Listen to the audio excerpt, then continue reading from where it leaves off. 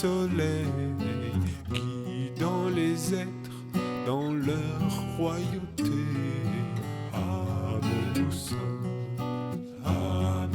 sommes, transformant toutes les expériences. Bien le bonjour, amis chercheurs sur le chemin. Donc le troisième message de cette série des messages donnés par l'archange Gabriel il y a une dizaine d'années aux religions révélées, parce qu'il était donc en train de créer une nouvelle religion, un nouveau texte sacré, une nouvelle Bible. Il a donc transmis un message à ceux qui veulent bien entendre, qui ont des oreilles pour entendre au sein de toutes les religions existantes, afin que ceux qui sont prêts à se transformer véritablement, ceux qui veulent vivre dans l'eau de la source pure du Père Gabriel, entendent ce message qui est une guérison, qui est un nettoyage de tout ce que ces religions ont pu entraîner avec le temps, comme en tout cas l'interprétation des hommes a fait de ces religions, comme sectarisme, comme dette spirituelle. Donc les deux premiers messages étaient sur le judaïsme et le catholicisme, issus de l'Égypte, qui était la pensée première, le judaïsme, la tête, le christianisme, le cœur, l'islam, la volonté, et effectivement, à travers le prophète. Donc voilà le message de l'archange Gabriel à l'islam.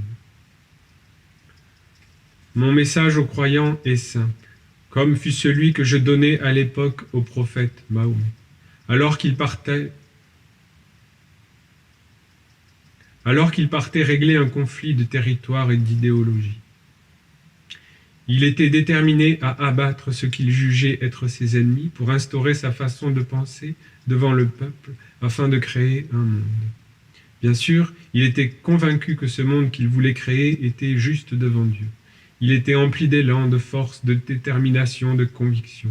Il était décidé à passer à l'action avec le groupe des amis qu'il avait fédérés autour de lui et qui étaient déjà fidèles à sa cause. Alors je suis venu le voir et je lui ai conseillé d'utiliser toute cette force créatrice en lui pour faire fleurir l'intelligence, la dévotion, la grandeur d'âme, la pureté dans leurs relations. Je lui ai montré clairement qu'il devait canaliser cette énergie qui l'animait pour ramener tous les êtres vers une intelligence supérieure. Il a entendu mon message et au lieu de détruire avec des armes, il a essayé d'apporter la voix de Dieu à travers son message. Je veux que le peuple musulman qui est né de Mahomet, de sa dévotion, de sa volonté et de sa détermination, se rappelle l'impulsion première de son maître et prophète. Ce n'est pas en convertissant par la violence, la volonté et la détermination que la fleur de la sagesse parfumera l'humanité et la terre. Aujourd'hui, l'humanité est semblable à une femme asservie par la psychologie. Ce sont les hommes qui, ayant abandonné le lien pur avec le monde divin, ont rendu cette femme malade. La psychologie est devenue une fausse religion qui a empli le ciel de l'humanité et qui maintenant l'asservit et la conduit dans un monde de déchéance. Les hommes n'ont pas été des êtres dignes et fidèles, mais ils ont abandonné l'alliance divine pour juste emplir leur ventre et assouvir le sexe. Ils ont cherché à calmer cette force de destruction qui s'éveillait en eux, et pour cela, ils se sont servis de la femme et de la terre. La femme est naturellement un être lié au monde des sentiments, et la tâche de l'homme était d'équilibrer la femme en lui transmettant la semence d'un monde sage. Alors celle-ci aurait pu enfanter la haute culture divine sur la terre. Mais comme l'homme a coupé le lien avec l'intelligence divine, il a transmis à la femme un monde abstrait, et elle n'a pas pu créer l'environnement dans lequel la sagesse peut s'épanouir. Ainsi est né le monde moderne, avec sa religion matérialiste qui envahit tout. C'est de cela dont vous voulez vous protéger. Mais pour y parvenir, vous devez avant tout être conscient de l'origine de ce monde, sans vraie religion. Sachez qu'aujourd'hui, il n'y a plus d'hommes sur la terre, mais seulement des femmes, qui cherchent à être fécondées par une intelligence supérieure. Pour Dieu, tous les hommes sont des femmes qui doivent être fécondées par lui et mettre au monde sa religion.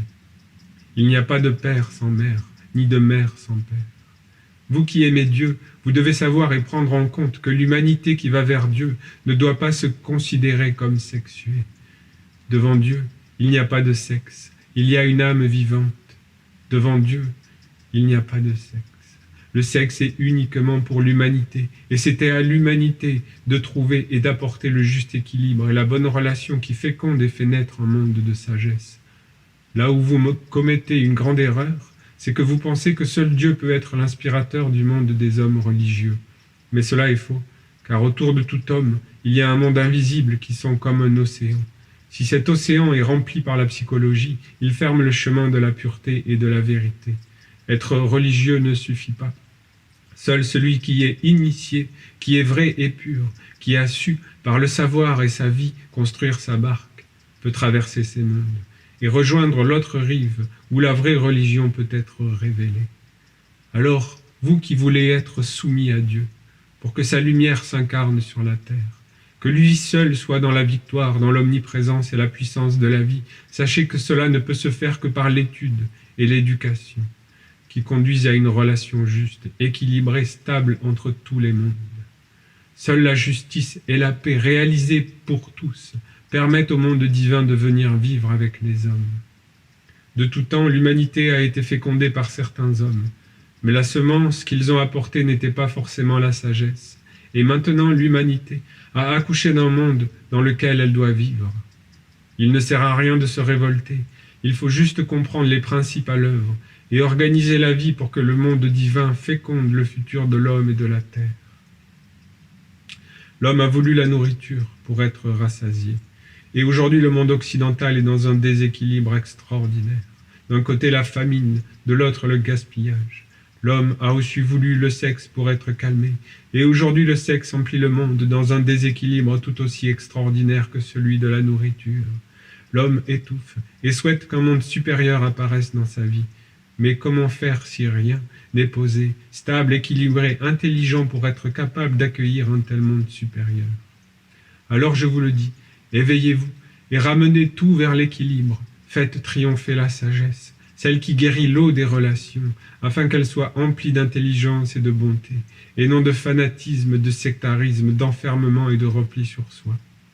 Musulmans, moi, Gabriel, je vous dis que si la création a été divisée en deux principes, c'est pour qu'ils puissent se retrouver et s'unir pour servir ensemble une intelligence supérieure.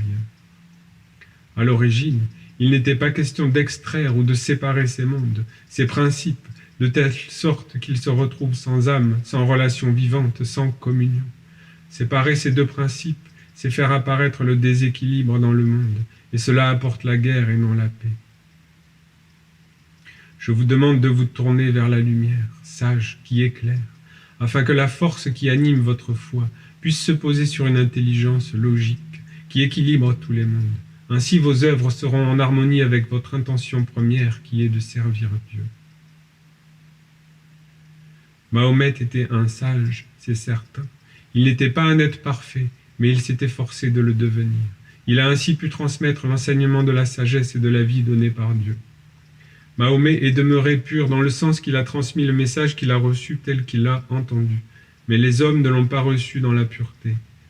Ainsi qu'ils l'ont fait pour la Torah et l'Évangile, ils ont adapté, déformé la parole de Dieu en fonction de leur intérêt.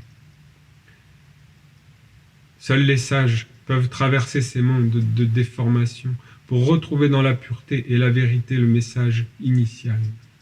Ces sages peuvent alors lire le vrai Coran, celui qui est caché, inviolé et éternellement pur. Soyez bénis, soyez forts dans l'intelligence qui éclaire et qui instaure la paix et l'équilibre. Message très intéressant et très plein de vie de l'archange Gabriel aux musulmans qui, quelque part, sont son peuple le plus actif et puissant dans le monde actuellement. C'est eux qui, le symbole de la lune, donc des eaux du monde, est bien vivant chez eux. Et comme dans les autres religions où ils leur disent que c'est fini, les deux autres, là, ils donnent plutôt un conseil de vie dans cette réunification des principes, dans la fluidité des relations, pour que l'eau et que leur tradition puisse continuer à vivre dans sa pureté originelle, loin de tous les hadiths ou toutes les interprétations qui sont faites par des hommes, que le musulman puisse retrouver la source pure du Coran, lire le Coran sans interprétations humaines. Et retrouver cette force de volonté que le prophète a mis à l'origine. Car c'est la sphère de la volonté, la sphère de la vie. Volonté de traverser les eaux du monde et de se tenir sur la terre de la conscience, dans la pureté. Bonne digestion de ce message, chers frères.